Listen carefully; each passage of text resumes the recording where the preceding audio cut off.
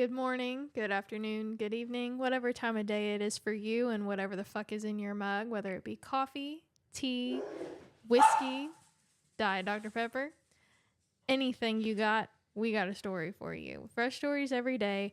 Welcome to Tales from the Mug. Or there's a dog here. We have dog hair everywhere here. There's probably a couple in our mugs. Oh, probably. But it don't matter. Either way. Today, we have a story from Orwell King called The Big Deep. It's suspenseful, it says. It's a good one. So get ready. Are you ready? I'm ready for the big deep. Don't make it weird. It's not weird, okay? It's about a miner. Don't be weird. A minor or a minor? Oh, wow. I'm not going to go there. A miner who digs, holes.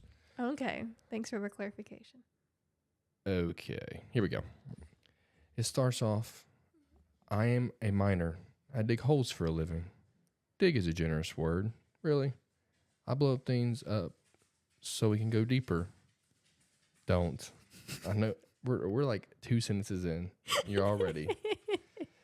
Drill, charge, blast, then mog it out. And then repeat. It's loud, dirty, and dangerous. But it's honest work, and there's a rhythm to it.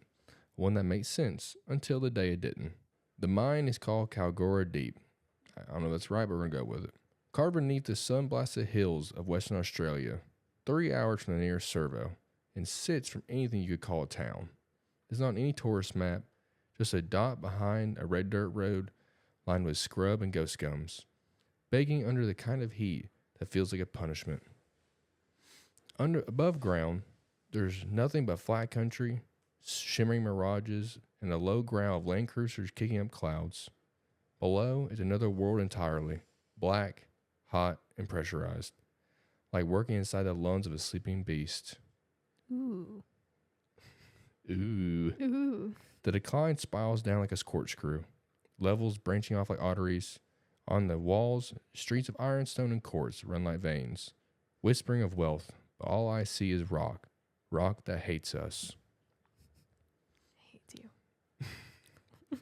The rock hates us all. We live in its shadow, day in, day out. The walls we drill are older in time, but they shift and breathe when they think we're not looking. Miners don't talk much about it, but we all feel it. The weight of the mountain above, the way it presses down on your shoulders, the way the ground moans when no one's talking. Don't even. I know you're thinking it. Don't even. The crew, well, they're part of the mine too. Worn, thick-skinned, most of them. Sun-cracked knuckles, tattoos faded by lime dust and sun. We come from everywhere. Oh, here we go. Calgary, Perth, Darwin, Broken Hill. Some from Zimbabwe and the Philippines. Fiji, all of us pulled in by the promise of cash and a kind of brutal peace. Down here, nothing matters except the job. It's simple, honest. It's the deep. It started like any other swing, 7 on, 7 off, 12 hours at a time. I had my coffee on the bus in, made the usual groggy jokes with the crew, and geared it for the pre-start. Another day, another meter into the rock. No shortcuts, no shit. Sipping time.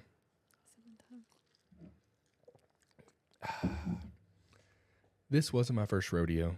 I've been charging faces for over a decade. You get a feel for the place after that long. The way the ground breathes, the way it creaks and pops when it's restless. That morning felt normal. Almost too normal. The kind of quiet you don't notice until later. When you're trying to remember what's the warning signs you missed. The headings were deep, past 1,000 meters. Hot, humid, still. My offsider Davy had cracked a joke about the air being thick enough to drink. We were loading up the cut at the end of 50-65 decline, getting ready for the next blast. The drillers had done a clean job. I was priming the holes while Davy stood back, leaning against the wall and fanning himself with his helmet on like an idiot. This is a lot of mining jargon that I don't really understand. We'll get there. You reckon if we keep going down, we'll pop out in China? Davy asked, grinning through the dust. I slid a booster into place and didn't look up. We'll hit hell first. He flipped That was funny. He put the bit of rock off his glove and leaned back against the wall. You ever think we're not meant to be down here? I glanced over. What, spiritually? Nah, he said. Biologically. Evolution and all that. We've got fur, lungs, daylight eyes. We're built for the surface. I mean, he's not wrong. No, he's not wrong at all. I wiped sweat from my eyes and smiled. Speak for yourself. I reckon we're cockroaches. We'll outlast everything. I don't believe that for a fucking second. No, me neither. We let out a short laugh, and I joined him. It wasn't really a joke, but sometimes down here, you laugh to keep your hands steady. By mid-shift, I was heading back to the charge up oot to grab more leads when I felt it. The ground didn't rumble. It lurched, like something beneath us had rolled over in its sleep. My knees buckled, and I hit the wall, arms outstretched. Dust dropped from the back, and ribs like flour off a sieve. The lights flickered, once, then held steady. The hum off the vent fans dipped in pitch for a second, like they were choking. Davy radioed me immediately. What the hell was that? You feel it? I did. I didn't answer right away because I was waiting, listening for the aftershock. You get little shifts underground all the time. Some you feel, some you don't. But this was something else. Ooh. Dun, dun, dun. I'm heading to the refugee chamber, I said, already turning on my heel. Get moving. Refugee chambers are lifelines down here. Sealed, pressurized shipping containers stocked with air, water, and food. They are what you run to when everything else goes to shit. And on that day, everything was starting to smell like shit. I'm sure it smells like bad shit down there. Whoever this author is kind of funny. Sounds like a blue-collar guy. Probably. I reached the chamber before the second shift hit. This one wasn't a lurch. It was a roar. The walls groaned like a sinking ship. Somewhere up the drive, I heard rocks shearing, snapping like bones under strain. I slammed the chamber door shut, twisted the handle, and felt the chamber pressurized around me. Safe. Or at least, that's what I told myself. I sat, waited, and in that silence, I realized something. This place, this metal box, buried a kilometer underground, it remembers things. The scratched initials on the wall, the tally marks carved into the edge of the bench, the corner where someone drew a heart and date, M+C, 2021. People finding love in the damn mines. It sounds like it. Hey, get it. Get it? All little echoes of people who've waited here before, not knowing if they've ever seen the surface again. Never mind, they weren't finding love. They're about to die, it sounds like. Sounds like it. It's fine. Time does weird things in the refugee chamber. The chamber's small, maybe 4 meters across. Pale walls, a metal bench, oxygen cylinders stacked like spare coffins. A scrubber that hisses and sighs. A manual on the wall with cheerful diagrams and color-coded instructions that assume you're calm and not seconds from losing your mind. There's no natural light. The air is dry, recycled, slightly metallic at first. At first, I kept busy. I radioed control, checked supplies, monitored the CO2 scrubber. But when I stopped moving, my thoughts started. It wasn't supposed to happen this way. I think that's when the mind became a person to me. Not just a job site, a presence, a memory keeper, a judge. Ooh, that's kind of ominous. Ugh. I don't think I could ever work in a mine. Probably not. A little too claustrophobic for that. Oh, we know. It knew me. It knew the way I swore under my breath before every ignition. It knew how I sang stupid 80s songs while laying in emotion just to keep my nerves steady. You sing stupid 80s songs all the time. It knew I missed my daughter's birthday last week. Knew I hadn't called my mom in over a month. Knew I was tired. So goddamn tired. I lay back against the wall and closed my eyes. Outside, the earth shifted again. A soft tremble, like a stomach rumble. The mine was hungry. I wasn't supposed to be the one stuck down here, waiting to see if the mine would collapse or hold. I was supposed to finish my shift, catch the bus back to camp, microwave some shitty pasta, and fall asleep watching some old footy highlights. That was the plan. Instead, I was alone, sweating through my overalls, trying not to think about the 100,000 tons of rock above me, wondering if Davy made it to another chamber, wondering if he was dead. I started counting things. There were 7 oxygen cylinders, 14 ration packs, 3 jerry cans of water, 1 toilet bucket, no windows, no clocks. Oh, hell no. No clocks? That's a great way to make someone go insane. Can't keep track of Just time. wait. Whoa. And a growing sense that time was bending in here. 10 minutes felt like an hour. An hour felt like nothing at all.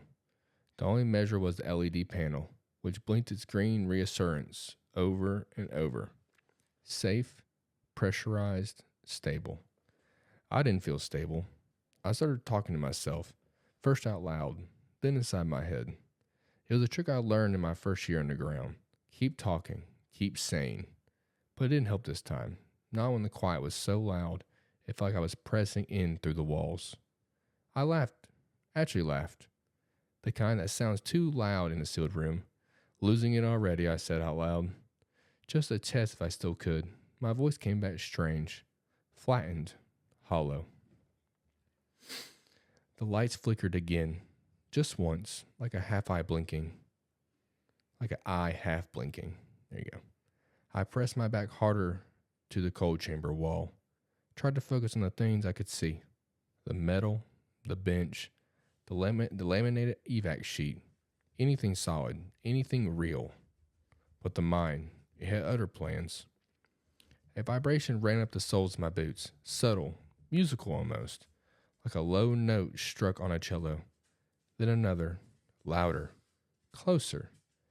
If I felt it not in my ears, but in my ribs, like it was playing me.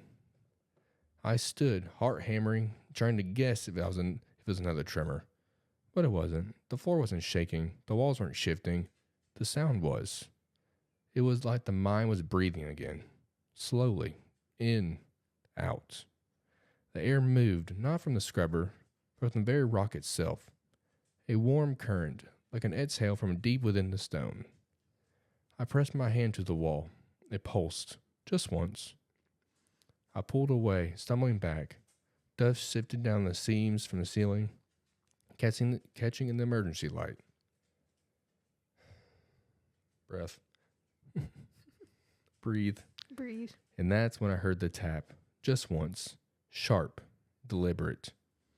It came from the outer wall, right from the air vent. I froze. Another tap. Closer. I moved to the door, pressed my ear against the seam. Nothing. Then, tap, tap, tap. 3 in a rhythm, like knuckles on metal. I grabbed the radio. Is anyone outside? Is it Chamber 5? Hello? Nothing but static. The tapping stopped. I stared at the door for a long time. Too long. Long enough that the silence afterward felt like mockery. Like the rock was laughing at me. I didn't sleep. Couldn't. Then the taps didn't come back, but the idea of them did.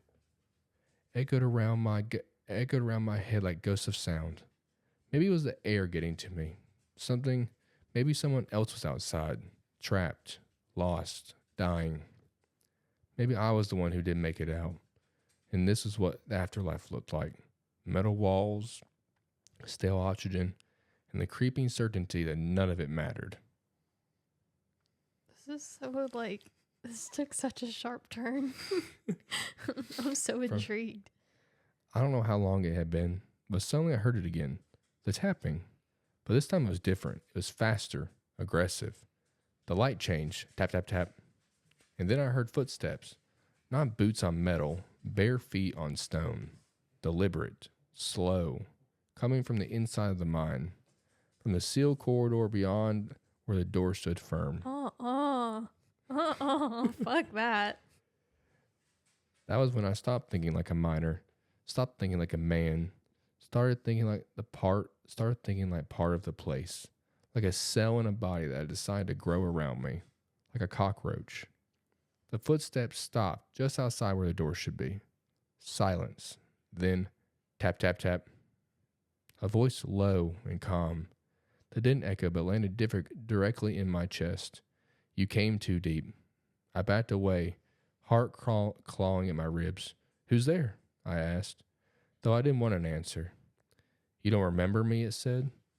But the mind does. It remembers everything you bury. Tap, tap, tap. I blinked, rubbed my eyes. When I opened them again, the door was gone. Not blown open, not caved in, just gone. Replaced by a solid, seamless rock wall. No seam, no handle, no escape. Tap, tap, tap. Thick cracks appeared in the bare stone wall.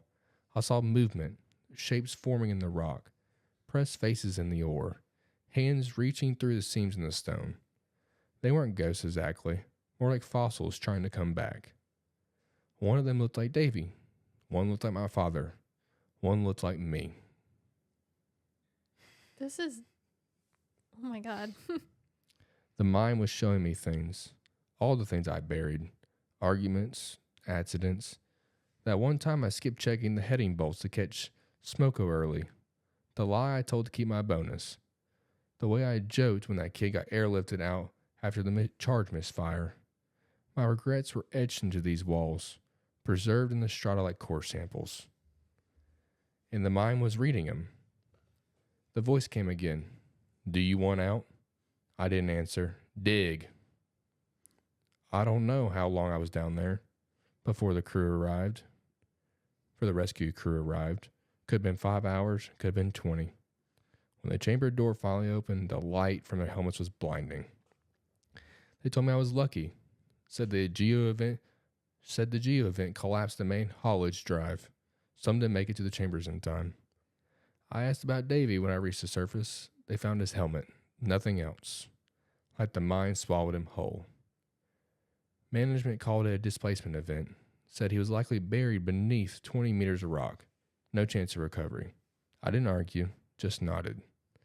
They didn't mention the tapping. Neither did I. I'm back on shift now, a few weeks later. Same cycle, same crew. Short a few names, but sometimes, when I'm loading charges alone, I catch myself listening to the silence again, just in case it taps back. Oh my God. That was wild. Do you think it was a hallucination, or do you think it was... Had to be. That's what I'm saying. There's nothing else. Well, He has no it's a idea story how you don't long really he was know. down there. You don't know how long he's there. You know what he saw. That's what I'm saying. You have no idea how long, because he didn't have a clock or anything. It doesn't mention him, eating anything. He said he didn't sleep. Do real miners have the same problems? Probably. Oh, I bet. The shortness of oxygen down there. Everything. The shortage of oxygen. You see the same shit over and over and over again. No daylight. Yeah. Who knows what they see? Who knows what's down there? Ugh. Ugh. The lizard people. The lizard people. Maybe. Maybe. Who knows? That was, for everybody listening, The Big Deep by Orwell King. It's a good story. King he definitely sounds like a good old boy. It's a good story, Mr. King. It was a very good story. I enjoyed that. Me as well. I was still a little freaked out, but I enjoyed that. Oh, that's good. You'll be all right. Oh, I'm fine, but that was it drove the point home for sure. Yeah. Well, all right. All right. How was that for our first episode of Tales from the Mug? Tales from the Mug. The mug. The mug.